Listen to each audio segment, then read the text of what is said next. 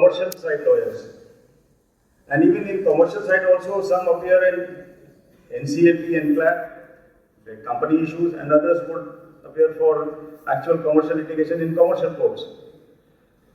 So it is for you who are, after completing your LLB, entering into LLM and PhD, to decide if you want to focus into the practice of law, where you have to go, and you must start working from now. Because if you are entering, I'll come to the other part, apart from the litigation part, and I'll address the scholars on that aspect. But coming to the litigation part, what I wish to say, if you have to practice, you want to go into litigation, you must decide now, focus on that, start attending a lawyer's chamber of your choice, of your liking, of your field you want to carry forward, and start working. Because for litigation lawyers, every day you work with a lawyer or attend a court, you learn something. So study, of course, you can continue, because whatever you read in classes and the teachers tell you, that is also very helpful. But at the same time, practical experience actually helps you in your legal profession. Now today, the other part of the law graduates or masters or doctors is to go into the solicitors firms. You take up a job with the corporate, you work for the government, also engages a lot of legal graduates for their corporations, and in the government sector also they have lawyers. So if you have to go for a desk job, then it is different. You acquire your knowledge as doing an LLM and PhD.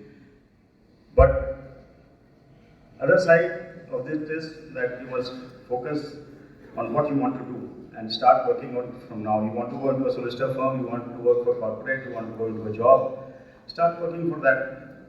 A lot of students in law study law to compete for IAS and civil services, maybe state civil services, or judiciary, state judiciary. I don't know how many of you have already thought about it, what you want to do with your LLM and PhD degrees, or you want to go into teaching. There also you can always choose your subject. You do your PhD in a particular subject. Now the posts are also advertised not only in law, criminal, civil, corporate, substantive laws. They keep coming. So you need to think and focus and then actually work on those things.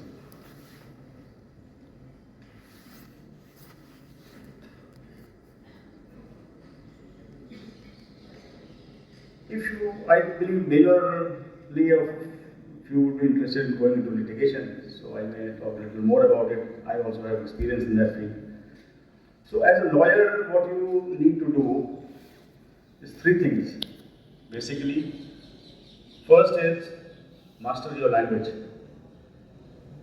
A lawyer's drafting has a very important role in his career. If you draft well, the judge reads it, and maybe sometimes you have a little 50-50 or a 49-51 case. Because of your drafting, you may get the discretion of the judge. I'll tell you an incident. I was a lawyer in Allahabad, I was practicing there, and we had a very tough judge. And it was difficult for any one of us to get some kind of relief from that judge. But the judge used to read the files and come.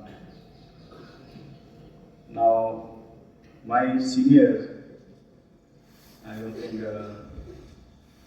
Mr. V.K. Chaudhary, he is no more now, he was a legend in Allahabad, Advocate General also of the state of UP, and his son, Mr. Yatindra Singh, who is now practicing in the Supreme Court.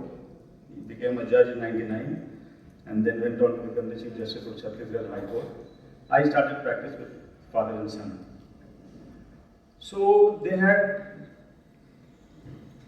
very hard taskmasters, and I used to work like 2:33 in the night and again reach there in the morning at 6:30. So I learned my drafting from them, and I claim that I can draft well, and I have that certificate from at home also. But so this judge I was telling you, there were 45 matters in that court. It was court number 18, I distinctly remember, and I was a new lawyer, 3-4 years having put in the profession. So item number 1 dismissed, 2 dismissed, 3 dismissed, 4 issue notice, 5, 6 dismissed. No stay was granted in any matter till item number 44, which was my matter. And there was no point, arguing with the judge or making more submissions before him, because he had already read the file, he made up his mind. Item 44 was called out, I stood up. And I said, my lord, I have this point. Hold. And he said in court, look here, out of these 45 petitions, this is the best drafted petition. Issue notice, stay. That was one stay from that court on that day. Just trying to tell all of you that how drafting matters. Of course, your eloquence, your knowledge of law, your presentation, your variation in arguments, how you make it, that is something, of course, a different quality, and that, of course, definitely will help you. If you have command over writing, you have command over speaking also with the language. So, first of all, you must master your language. You want to argue in Hindi? Argue in Hindi. The judge is happy. Judge has no problem with your language issue. But if you argue in English, then don't bring in both the languages. Like today, I am doing Hindi, English both, not in court. You must stick to one language.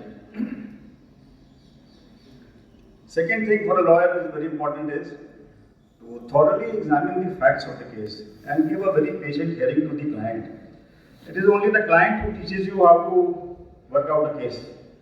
He has so many things in his mind because he is ultimately being affected. You and I are interested in the financial part of it, and of course picking up our career also by getting good orders. But ultimate suffering or loss or the grievances of that litigant. So from the time his litigation starts, he keeps thinking all the time. So he will come and tell you so many things. कि साहब ये ऐसे हो सकता है, ये वैसे हो सकता है, ये देखिए, वो देखिए. You will think he's talking all rubbish. No, he's not talking all rubbish. He will at times give you such good points that if you actually hear him very seriously, you may be able to find out something what he's saying, talking in sense. And that is a point, maybe it has never been taken up before. And you can argue that point and impress the judge and get an order. So you must give a very patient hearing to your client and also examine all the facts very thoroughly. That's the second thing. Third thing for a lawyer is to be honest. Not only to the client, but also to the court and to your other counterpart counsel. That gives you a lot of respect in court. The litigant who comes to you and if you feel that he has no case, you tell him, sorry, there is nothing in your matter. Why waste your time and money here? Go back and accept the order passed by the court below or the administrative authority. He will still insist you file it. You file that case. If you get an order for him, very good. If you don't, the client is happy that at least you gave him that honest advice. He will go and talk about you 10 places. Look here, I went to so-and-so lawyer and he advised me, but still I took a chance. Anyway, my bad luck. And if you get an order for him, he will sing around that. If you are honest in court and if the court also knows whether what you are talking is with some honesty in it. Lawyer has a little margin of, playing in the court, suppressing something softly, highlighting something which is not so important, just to, create an impression. All that is permissible. Every judge knows that he has been through all that. But if you make a wrong statement contrary to the record, and if the judge notices it, you are finished. That judge will first of all scold you, dismiss your petition, impose costs on you, and tell all other brother and sister judges that look here, this lawyer is a liar. And once a lawyer loses his reputation, it's gone for all times. You have to be very, very, very honest. The other side, counsel also, if you are honest and you tell him today I seek an adjournment, all right, or today I am willing to argue, all right, that's a bonhomie you create within amongst your friends. friend lawyers there. That also, talks, the others will talk good about you. He may refer a case to you, look here, he is a good counsel, a good friend. So you must be very careful. I'll tell you another example, incident from my thing. I was arguing a matter before Justice G.P. Mathur. I know hesitation taking his name. Later on he became a judge of the Supreme Court. And it was a matter relating to election of Panchayat. So there was a law which was interpreted by a single judge in a particular fashion, which helped me. I cited that judgment and got an interim order. During lunch time, when I told my friends and colleagues and my senior that today I got an order from Justice Mathur relying upon this judgment, he said that judgment has been overruled by a full bench of this court. I said I was not aware. Then what should I do?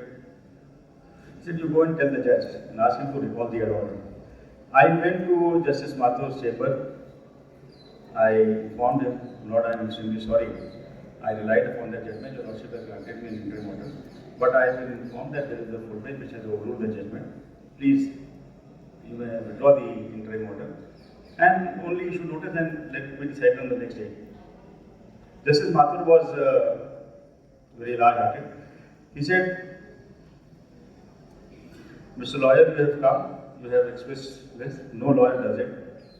Therefore, I am not going to vacate the interim order, but on the next day, I will dismiss your petition. I said, fair enough. So, Justice Mathur, throughout, he was there in Allahabad. I used to get his discretion from his court because of that honesty. I showed maybe fairness, and I went and told him, look here, I got an order contrary to law, which of course I was not aware of. So all these small things matter a lot in a lawyer's profession. We are already late of time, and I spoken enough, given you some tips. I hope you will take it well, and even if you take 5-10% from it, you will be benefited from my experiences. Another very important thing, as all, whether you take up a job, you work for a corporate, or you go to civil service, or you practice, always help somebody who is in need and has no money to afford a litigation or has come to you for help. Some call it as a pro bono litigation. Pro bono litigation is something different, which is done. I don't say that pro bono litigation is like that, but pro bono also has an element of helping somebody who is in need.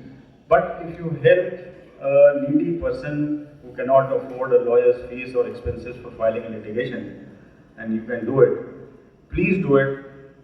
It's, I think, the best kind of satisfaction you get and the contentment that you get of helping somebody who was in need.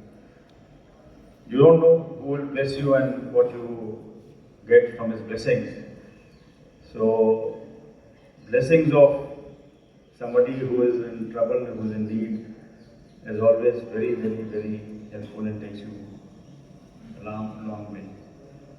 So all these small things I wanted to share with all of you, and I thank the organizers once again. I wish you all the best. You are entering into going to a new course, LLM and PhD, as Professor Nanda got all of you, raise your hands in studying PhD, studying LLM.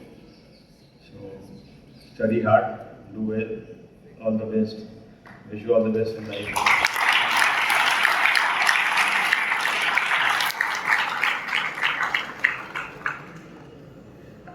Thank you, Your Lordship, for your truly encouraging and enlightening words.